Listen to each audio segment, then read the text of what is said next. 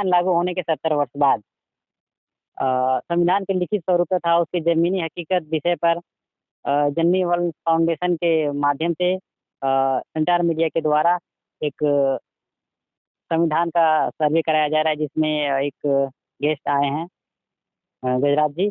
हम उनसे इस विषय पे बातचीत करते हैं। सबसे पहले गजराज जी, आपका संचार मीडिया और हमारे दर्शकों की तरफ से आपको बहुत-बहुत धन्यवाद। आप हमारे साथ बात करने आए हैं। धन्यवाद ये मौका देने के लिए, और जो भी सवाल आप पूछेंगे कोशिश पूरी रहेगी कि मैं उसको सही तरीके से जवाब दूँ। जी, ठीक है।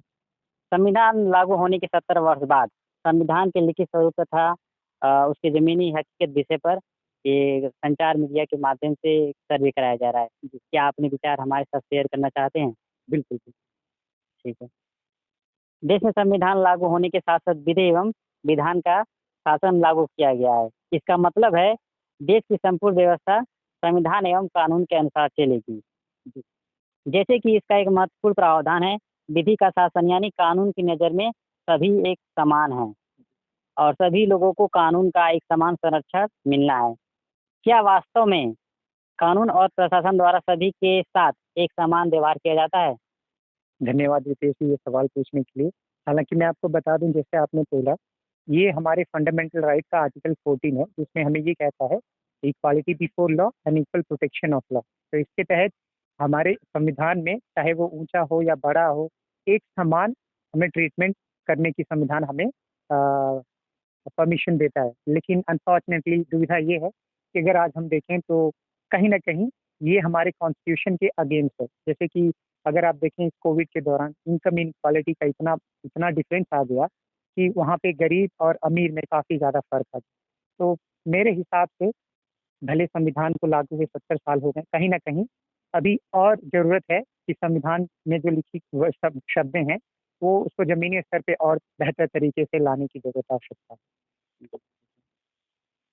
विश्व के सबसे बड़े संविधान एवं बड़े पैमाने पर कानून बनाने के बाद भी हमारे देश में जात-पात, सांप्रदायिक तनाव, भेदभाव, भ्रष्टाचार, गरीबी, भिक्षावृत्ति, राजनीति का आपराधिकरण, न्याय में देरी जैसे तमाम राष्ट्रव्यापी समस्याएं मौजूद है। क्या इसके पीछे संविधान और कानून को सही रूप से लागू न कर पाना एक बड़ी वजह है या कुछ और? अ, देखिए रितेश जी, जैसे कि हमारा देश एक बहुत ज़्यादा डाइवर्सिफ़ाइड देश है, और ज़ाहिर-सी बात है किसी एक पर्टिकुलर सेक्शन को सैटिस्फाइड करने के पर अगर हम जाएँ, तो ऐसा होता है कि कुछ पॉलिसीज़ किसी एक पर्टिकुलर कम्युनिटी को सैटिस्फाई करने के वजह किसी दूसरी कम्युनिटी को हम डिससैटिस्फाइड कर सकते हैं। तो हमारा कंट्री इतना डाइवर्सिफ़ाइड है कि हमारी पॉलिसीज़ जो भी होते हैं, कहीं न कहीं उसमें कुछ पॉज़िटिव्स और कुछ नेगेटिव्स तो होते हैं। लेकिन जैसे कि आपने कहा कि बिल्कुल ये सही है कि अगर संविधान के तहत जो भी अगर हम काम करते हैं, तो कहीं न कहीं कुछ ऐसी कमियाँ हैं, जिनकी वजह से ऐसा लगता है कि हाँ, ये संविधान के अकॉर्डिंग हो नहीं रहा। हालाँकि मैं आपको एक बात बताना चाहूँगा, हमारे संविधान में एक पार्ट है, जिसको हम directive principle of state policy कहते हैं। उसमें हमारे एक फॉर्मर रिटायर्ड जज हैं, शब्द मुझे वो उनका नाम नहीं याद आ रहा है। हालाँकि उन्होंने एक शब्द बहुत प्यारा कहा। उन्होंने ये कहा था कि अगर संविधान, फंडामेंटल राइट और डीपीएसपी अगर हमारे देश में लागू हो जाते हैं, तो हमारा देश इस धरती पे स्वर्ग कहलाए। लेकिन विडंबना ये है कि इतने साल लागू होने के बावजूद भी वो सुनहरे दिन हमें अभी देखने को नहीं मिले। हाँ, ये राजनीतिक कुछ एजेंडा, कुछ इश्यूज़ हैं, जो कि हमारे देश में होते रहते हैं। तो ज़ाहिर-सी बात है, इसको हमें संवैधानिक रूप से कोशिश करते रहना चाहिए कि जैसे मैंने कहा कि कोई पॉलिसी किसी एक एंटायर कम्युनिटी को सर्टिफ़ाइड तो नहीं कर सकती, क्योंकि हमारा देश बहुत डाइवर्सिफ़ाई है। नॉर्थ और साउथ, ईस्ट, वेस्ट अगर आप देखिए, तो बहुत बदलाव, बहुत ही ज़्यादा कम्युनिटी में बदलाव आएगा। तो ज़ाहिर-सी बात है, थोड़ा और अच्छे तरीके से काम करना चाहिए होगा कि और हमारे देश में बदलाव आ सके संवैधानिक रूप से। क्या आप मानते हैं कि संविधान की जानकारी लेने लेने के लिए संविधान की किताब आवश्यक है? देखिए रितेश जी, जैसे मैंने थोड़ी बहुत जानकारी आपको दी। हकीकत बताऊँ तो मैंने अभी तक संविधान की किताब मैंने खुद नहीं ली। लेकिन हाँ, इच्छुक होता हूँ, जैसे लोग स्कूलों में बहुत सारे मैथ, इंग्लिश पढ़ते हैं, उसी तरीके से मैं इच्छुक हूँ संविधान को अपने जानने के लिए, क्योंकि भाई ये मेरा अधिकार है, और अगर मुझे मेरा अधिकार नहीं पता होगा, तो कोई भी आके मुझे डरा-धमका के चला जाएगा। तो मेरा ऐसा पर्सनल ओपिनियन है कि ये ज़रूरी नहीं है कि संविधान को जानने के लिए सिर्फ़ आपको संविधान की किताब ही ज़रूरी, उसका ज्ञान आप कहीं से भी अर्जित कर सकते हैं। जैसे कि मुझे इच्छुक लगा तो मैं कहीं से भी ज्ञान हासिल कर लिया। लेकिन हाँ, ये है कि संविधान की किताब को पढ़ना जरूरी हो सकता है, लेकिन ये ऐसा नहीं कह सकते हैं कि कंपलसरी है कि सिर्फ संविधान की किताब से ही आपको ज्ञान मिलेगा।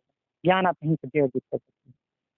जैसा कि आपने बताया कि हमारे देश में विविधता में एकता है, और ये भी बताया कि किताब संविधान के बिना पढ़े और या अदर जगह से आपने सारी आर्टिकल और बहुत सारे नियम आप जानते हैं।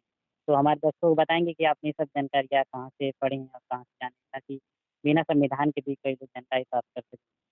देखिए रितेश जी, कुछ जमीनी स्तर पे जब इंसिडेंट होते हैं, अब एग्जाम्पल के तौर पे मैं गांव से रहता हूँ, तो कभी हमने ऐसा देखा है कि कभी कोई पुलिस वाला आता है, किसी गरीब के घर जाता है, तो हालांकि उसके पास बहुत सारे अधिकार होते हैं, लेकिन वो इतना डर जाता है, इतना पैनिक हो जाता है कि वो कुछ कह ही नहीं पाता। वो अपने उसका क्या अधिकार है, क्या अधिकार नहीं है, वो कुछ समझ ही नहीं पाता है। बस वो एक डरा सा, सहमा सा बन जाता है। तो ये सब चीजें जब मैंने जमीनी स्तर पे देखा, तो मुझे एहसास हुआ कि नहीं यार, ये जानकारी ये मेरी जिंदगी का हिस्सा है। जैसे हम रोज सुबह उठते हैं, नहाते धोते खाते हैं, उसी तरीके तो मेरा अधिकार है ना। तो मुझे मेरे अधिकार का जानकारी होना तो जरूरी है। तो इसलिए मैं इच्छुक होता हूँ, कभी यूट्यूब से कभी कोई संविधान के बारे में देख लेता हूँ, कभी कोई न्यूज़ आर्टिकल आता है तो उसके बारे में पढ़ लेता हूँ। तो इन सारे तमाम विधियों के द्वारा मैं संविधान के बारे में जानकारी एकत्रित कर लेता हूँ। आपने संविधान की किताब को भी देखी है? सच बताऊँ तो रितेश जी, मैंने अभी तक संविधान की किताब को नहीं देखी। अभी इस वक्त आप गांव में रहते हैं या शहर में रहते हैं? मैं रितेश जी, जंगल नंदलाल सिंह गाँव है मेरा, और मैं इस गाँव में ही रहता क्या आप मानते हैं कि विद्यालयों में, पंचायत भवनों में ये संविधान की किताब होना जरूरी है? हूँ। ये तो बहुत अच्छी बात आपने कही। अगर इसमें अब मेरा ओपिनियन आप कहेंगे तो मैं बिल्कुल इसका समर्थन करूंगा। जैसे कि मैंने आपको पहले ही कहा कि हमारा अधिकार एक इतना इम्पोर्टेंट एस्पेक्ट है हमारे लाइफ के लिए, वो तो हर जगह पे रहना जरूरी है। क्योंकि जब हम हमारे अधिकार से जागरूक रहेंगे, अवेयर रहेंगे, तभी हम अपनी आवाज़ को उठा सकते हैं। ऐसा ना हो कि कोई भी आए, कोई भी ऑफिशियल, कोई भी अथॉरिटी हमारे पे आके मनमाने रूप से हमें हमारे हमारे पे अधिकार, अगर हमें हमारे अधिकार की जानकारी है तो हम उससे सवाल पूछ सकते हैं कि कौन से ग्राउंड पे, कौन से बेसिस पे आप मुझे, मेरे साथ ये आप बर्ताव कर सकें। तो ये जहाँ, जैसे आपने कहा पंचायतों में, सरकारी स्कूलों में, ये तो बहुत ही जरूरी है। मेरा तो यहाँ तक कि ये मानना है, चाहे वो कोई भी एकेडमिक का हो, चाहे वो इंजीनियरिंग करे, डॉक्टर करे, लॉ करे, लेकिन संविधान एक इतना महत्वपूर्ण हिस्सा है हमारे जिंदगी का, उसको तो बेसिक अंडरस्टैंडिंग तो हर एक व्यक्ति को रहना ही जरूरी है। तो मेरा ऐसा मानना है कि ये बिल्कुल होना चाहिए। क्या संविधान में लिखी बातों को, जो नियमों उसमें लिखे हैं, और लोगों को बताने के लिए, क्या ये जिस तरह से लोग चुनाव प्रचार में अपनी गाड़ियों को दौड़ाते हैं, लोगों को बताते हैं, क्या उस तरह से लोगों को बताया जा सकता है? देखिए रितेश जी, ये तो चुनावी चुनावी एस्पेक्ट है, लोग चुनावी एस्पेक्ट में अपने बेनिफिट के लिए बात करते हैं। लेकिन हाँ, अगर अवेयरनेस के बारे में बात की जाए, तो हाँ, हम कंपेन के थ्रू और और भी बहुत सारे विधियां हैं, उनके थ्रू कर सकते हैं। लेकिन एग्जैक्टली तो मैं ये कितना एस्पेक्ट किस किस हद तक सही होगा कंपेन करके, लेकिन हाँ, ये मेरा मानना है कि अगर ऐसी कंपेन कराया जाए तो जागरूकता बिल्कुल है। और मेरा लास्ट सवाल एक है, तो जिस तरह से रामायण, महाभारत और भी तमाम तरह के सीरियल टीवी भी दिखाए जाते हैं, मोबाइल पे भी अब आ रहा है, क्या उस तरह से सीरियल बना के संविधान की बातें अगर यदि टीवी और अन्य माध्यमों से लोगों तक पहुंचाया जाए तो कैसा रहेगा? क्या ऐसा हो सकता है? ये तो बहुत ही अच्छी बात होगी। मुझे अभी भी याद है कि जब हम छोटे थे तो हमारे गांव में जब रामायण महाभारत आता था, तो हम गांव में 40-25 बच्चे इकट्ठा होके, एक गांव में टीवी होता तो वहाँ बैठ के देखते थे। तो अगर ऐसा होता है कि संविधान प्रोग्राम के जरिए आता है, ये तो सारे, जैसे आपने सवाल पूछा कि क्या ऐसे रास्ते हैं जिसके जरिए हम संविधान की जानकारी को और आगे बढ़ा सकते हैं, तो ये तो एक बहुत अच्छा रास्ता है कि अगर ऐसे प्रोग्राम आए तो हम संविधान को इन सारे कंपेन के थ्रू, इन सारे प्रोग्राम्स के थ्रू संविधान के बारे में जानकारी को बढ़ा सकते हैं। एक अंतिम सवाल है, क्या केवल सरकार के प्रयास से संविधान जमीनी स्तर पे लागू हो सकता है, या देश के प्रत्येक व्यक्ति का इसमें हिस्सेदार होना जरूरी है? मैं इस आइडिया से सहमत नहीं हूँ तेज जी। जैसे मैंने कहा कि मुझे इंटरेस्ट था जानकारी संविधान के बारे में इकट्ठा करने के लिए, तो मैं अपने अधिकार के बारे में जानना चाहता था।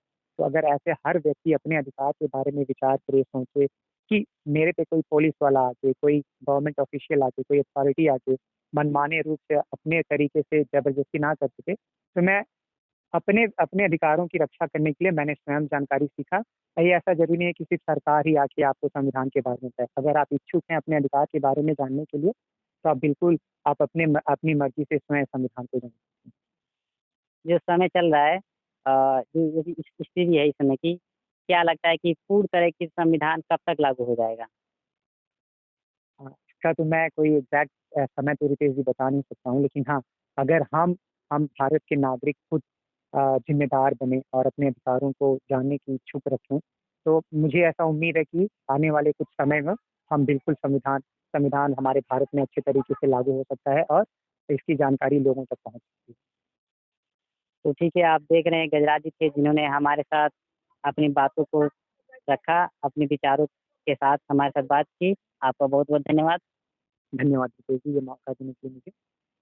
हम सभी चाहते हैं कि हमारे देश में विधि एवं विधान जमीनी हकीकत के साथ लागू हो, ताकि हमारे देश में संपूर्ण न्याय, सुशासन, कर्तव्य एवं अधिकार के प्रति सतर्क लोग, आत्मनिर्भर समाज होने के साथ साथ प्रेम एवं सद्भाव के साथ जीवन जी रहे लोगों की सामाजिक व्यवस्था जमीनी हकीकत के साथ दिखाई दे।